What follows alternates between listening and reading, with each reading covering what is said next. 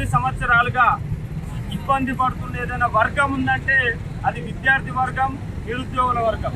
ముఖ్యంగా తెలంగాణ వస్తే నిరుద్యోగులకు ఉద్యోగాలు వస్తాయి, మన ఉద్యోగాలు మనకు వస్తాయి అని చెప్పేసి పెద్ద ఎత్తున పోరాటం చేసి ఎంతో మంది మా ముందు విద్యార్థి సంఘాలు కావచ్చు, మా తర్వాత కావచ్చు, ఎంతో మంది విద్యార్థి నాయకులు 100 రోజులు జైల్లోకి పోయి తెలంగాణ సాధించిన తర్వాత, తెలంగాణ వచ్చిన తర్వాత మన ఉద్యోగాలు మనకు రావట్లేదని చెప్పేసి పెద్ద ఎత్తున పోరాడుతున్న క్రమంలో 10 సంవత్సరాల బీఆర్ఎస్ పాలన తర్వాత కాంగ్రెస్ ప్రభుత్వం వస్తే 30 లక్షల మంది నిరుద్యోగులకి మేము ఉద్యోగాలు ఇస్తాం, మొదటి సంవత్సరంలోనే 2 లక్షల ఉద్యోగాలు మేము ఫిలప్ చేస్తామన్న రేవంత్ రెడ్డి గారి మాట విని నిరుద్యోగ లోకం మొత్తం ప్రతి కాన్స్టిట్యున్సీకి పోయి స్వచ్ఛందంగా పోయి బస్సు యాత్రలు పెట్టుకొని జీప్ జాతాలు పెట్టుకొని పోయి మరి స్వచ్ఛందంగా సొంత పైసలు నిరుద్యోగులు ఖర్చు పెట్టుకొని కాంగ్రెస్ ఎమ్మెల్యేలను గెలిపించుకుంది.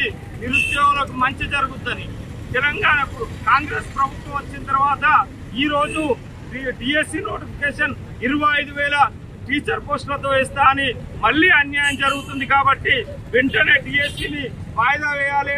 డిఎస్సి చదువుకోవడానికి కూడా సమయం లేని ఈ డిఎస్సి ఇప్పుడొద్దు, ఒక 2 ఏళ్లు కానీ 3 ఏళ్లు కానీ మీరు డిఎస్సిని వెంటనే వాయిదా వేయాలని చెప్పేసి అక్కడ పెద్ద ఎత్తున ఓయూ కావచ్చు, కేయూ కావచ్చు, అశోక్ నగర్ లో ఎంతో మంది డిఎస్సి ఆస్పిరెంట్స్ పెద్ద ఎత్తున ఆందోళన చేస్తుంటే ప్రభుత్వం పట్టించుకోవట్లేదు.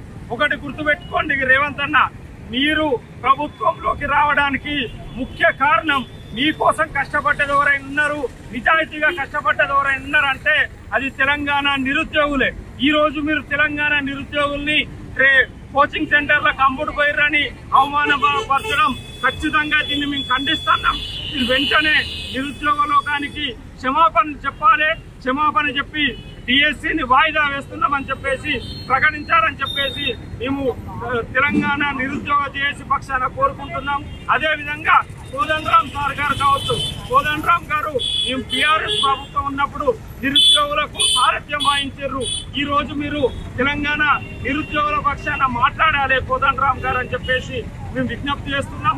అదేవిధంగా మొన్ననే ఎమ్మెల్సీగా గెలిచిన తీన్మార్ మల్లన్న గారు, మీరు ఇంతవరకు ఏమన్నా నిరుద్యోగుల మీద ఈగ వాళ్ళ చెప్పు తీసుకొని కొడతా, కేసీఆర్ ను కొడతా, కేటీఆర్ ను కొడతా అన్నోళ్ళు ఈ రోజు కాంగ్రెస్ లో జాయిన్ కాగానే మరి నిరుద్యోగులే మీకు శత్రువులు అయిపోయారా? ఈ రోజు మీరు గెలిచిందంటే దానికి ఎవరు కారణం? మీరు ఎక్కడికి వచ్చి ప్రచారం చేశారు? మీరు ఏ కోచింగ్ సెంటర్ లోకి వచ్చి ప్రచారం చేశారు? ఏ లైబ్రరీకి వచ్చి ప్రచారం చేశారు? ఎవరి అండ కావాలన్నారు? ఎవరి మద్దతు కావాలన్నారు? ఈ మద్దతు మీరు ఎమ్మెల్సీగా గెలవడానికి ప్రతి గ్రాడ్యుయేట్ కూడా ఒక నిరుద్యోగి అన్నది మీరు గుర్తుపెట్టుకోవాలని చెప్పేసి మేము ఎమ్మెల్సీ తీన్మార్ మల్లన్నను కోరుతున్నాం. అదేవిధంగా విద్యార్థి లోకానికి నేను మద్దతు ఉంటా అని చెప్పేసి బల్మూరు వెంకట్ ఎన్ఎస్యుఐ రాష్ట్ర అధ్యక్షులు, మీరు ఎన్ఎస్యుఐ రాష్ట్ర అధ్యక్షులుగా ఉండి నిరుద్యోగుల పక్షాన కొట్లాడి కేసులు భరించారు. మరి ఈ రోజు నిరుద్యోగుల మీద కేసులు అయితే మీరు ప్రభుత్వంలో ఉండి ఎందుకు మాట్లాడట్లేదు? మీరు నిరుద్యోగులకు అండగా నిలబడతా అన్నారు, నిరుద్యోగుల పక్షాన నిరుద్యోగుల గొంతుకు అయితే అన్నారు, ప్రభుత్వంలో మాట్లాడి నిరుద్యోగులకు కష్టం లేకుండా చూసుకుంటా అన్నారు. ఈ రోజు నిరుద్యోగులనే మీరు శత్రువుల్లాగా చూస్తున్నారు. అక్కడ కుక్కల్ని కొట్టినట్టు కొడుతున్నారు పోలీసులు నిరుద్యోగుల్ని. మీరు ఒక్కరు కూడా మాట్లాడట్లేదు. మీకోసమా మేము ఈ ఇన్ని రోజు మీ తెలంగాణ కాంగ్రెస్ ను గెలిపించడానికి నిరుద్యోగులు కష్టపడ్డది ఇందుకోసమేనా? మేము దెబ్బలు తినడానిక కాంగ్రెస్ ను గెలిపించింది? మేము అన్యాయం కావడానిక కాంగ్రెస్ ను గెలిపించింది? మీరు రేవంత్ రెడ్డి గారు కావచ్చు, కోదండరాం సార్ కావచ్చు, బల్మూరు వెంకట్ కావచ్చు, తీన్మార్ మల్లన్న కావచ్చు, అదేవిధంగా ప్రొఫెసర్ రషీద్ సార్ కావచ్చు, ఎవరైనా సరే మీరు వెంటనే తెలంగాణ నిరుద్యోగుల్ని మీరు కాంగ్రెస్ వైపు పనిచేయమని చెప్పింది మీరు, కాంగ్రెస్ ను గెలిపించమని చెప్పింది మీరు. ఈ రోజు మీరు మాట్లాడాలి. నిరుద్యోగులకు అన్యాయం జరగకుండా చూడాల్సిన బాధ్యత మీదే.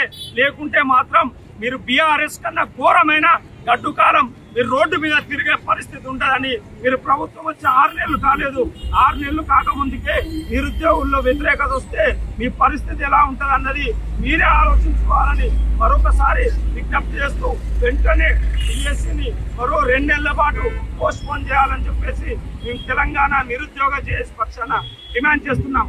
ఈరోజు డిఎస్సిని వాయిదా వేయాలంటూ నిరుద్యోగ జేఏసీ పక్షాన ఈరోజు కోరడం జరుగుతుంది.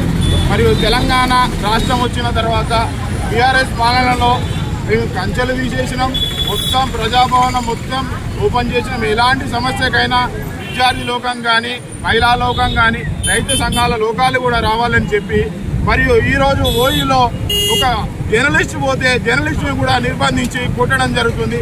ఇది ఎక్కడి న్యాయం? రేవంత్ రెడ్డి ప్రభుత్వాన్ని ప్రశ్నిస్తున్నాం. ఇప్పటికైనా కోదండరామ్ గారు మరియు రియాజ్ గారు, గ్రంథాలయ చైర్మన్ రియాజ్ గారు అయితే రోజు వార్తలలో మా గవర్నమెంట్ ఇంత మంచిగా చేస్తుంది, మేము ఉద్యోగాలు ఇస్తున్నాం, అది ఇస్తున్నాం అని.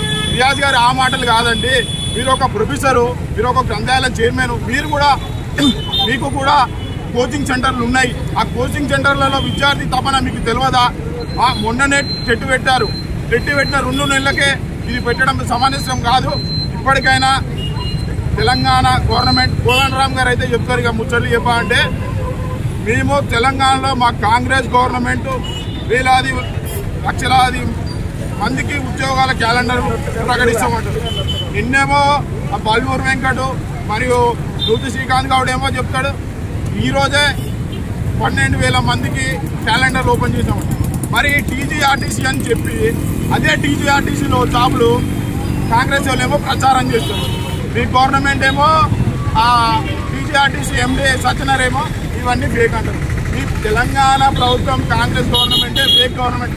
ఇప్పటికైనా నిరుద్యోగ చేసి పక్షాన మేము మాట్లాడుతున్నాం. ఖచ్చితంగా అవసరం అనుకుంటే విద్యార్థి జేఏసీ నుంచి మరియు ఓయూ విద్యార్థి నాయకులు అందరినీ కలిసి బహిరంగ సభ ఖచ్చితంగా పెడతాం. రేవంత్ రెడ్డి ప్రభుత్వాన్ని ఖచ్చితంగా ప్రశ్నిస్తామని కోరుకుంటూ ఇప్పటికైనా 2 నెలలు వాయిదా వేయాల్సిందిగా కోరుకుంటున్నాం. జై తెలంగాణ.